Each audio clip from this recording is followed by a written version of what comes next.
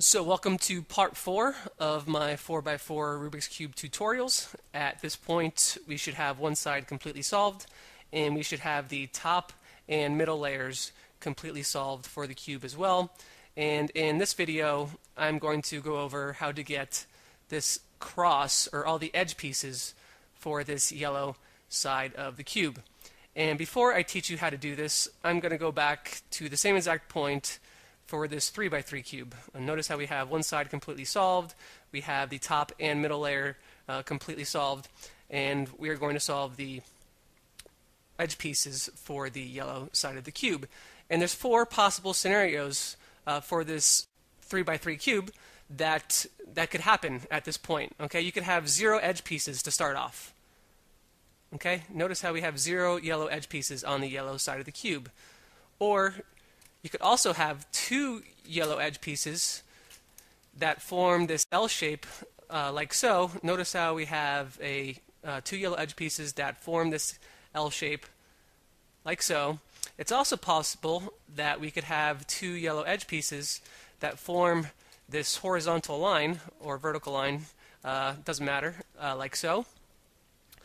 And it's also possible that we could get really lucky and we could have all 4 yellow edge pieces already done for us, or already on the yellow side of the cube, I should say. And notice for every one of those scenarios that we started out with, that it was always an even number. We could have started out with 0 yellow edge pieces, we could have started out with 2 yellow edge pieces, or we could have started out with 4 yellow edge pieces on the yellow side of the cube. So now let's take a look at this 4x4 cube. Look what we have here. Notice how we only have 1 yellow edge piece on the yellow side of the cube. This is called parity. This is something that could never happen on a 3x3 cube. That can only happen on a 4x4 cube.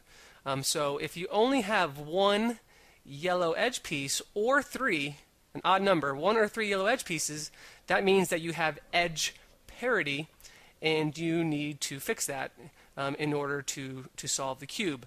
All right, and whenever you do have parity, in this case we only have 1 edge piece, you always want to make it so you have 3 edge pieces. Okay, so the algorithm we're going to use is actually the same as the 3x3 tutorial. You always want to put the edge piece on the left side of the top face. And the algorithm is the same as a 3x3. It's front clockwise, right clockwise, top clockwise, right counterclockwise, top counterclockwise, and front counterclockwise. Okay. Now notice how we kind of have this T-shaped.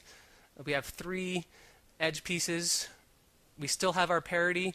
However, we have 3 edge pieces now, and this is good. This is what we want before we start our algorithm to get rid of this parity. And in order to get rid of this parity, you always want to put the side that we're missing in front of you.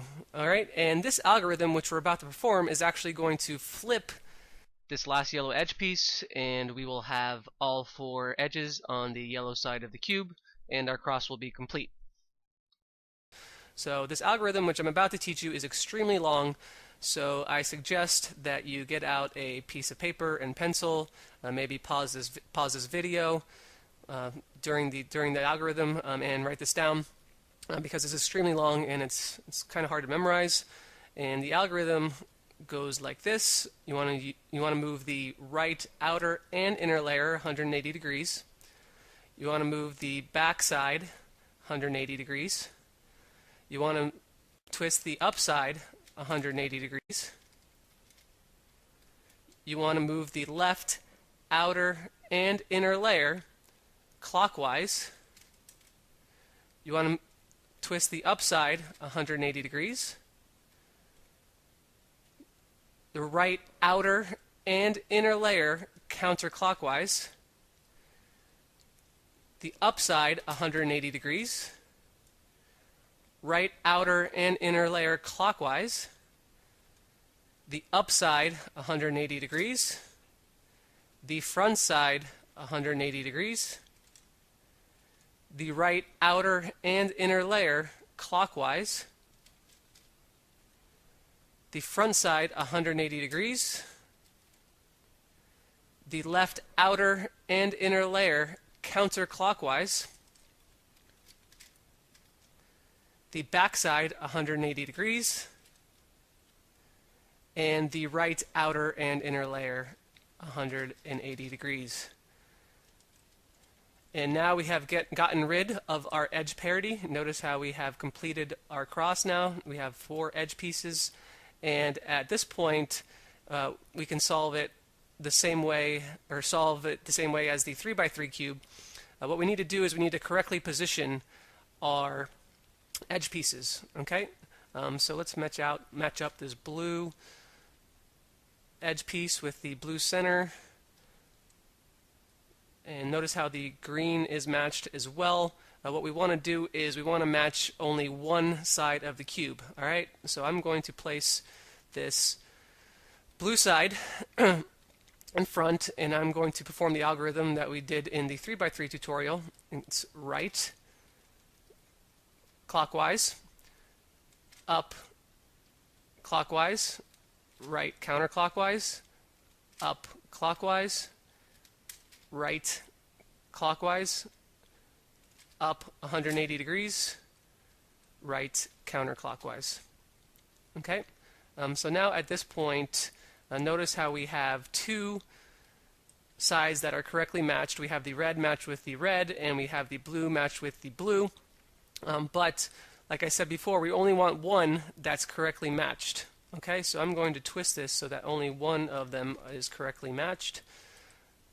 Okay, this is it right here. Notice how the orange is matched with the orange, and none of the other sides are correctly matched.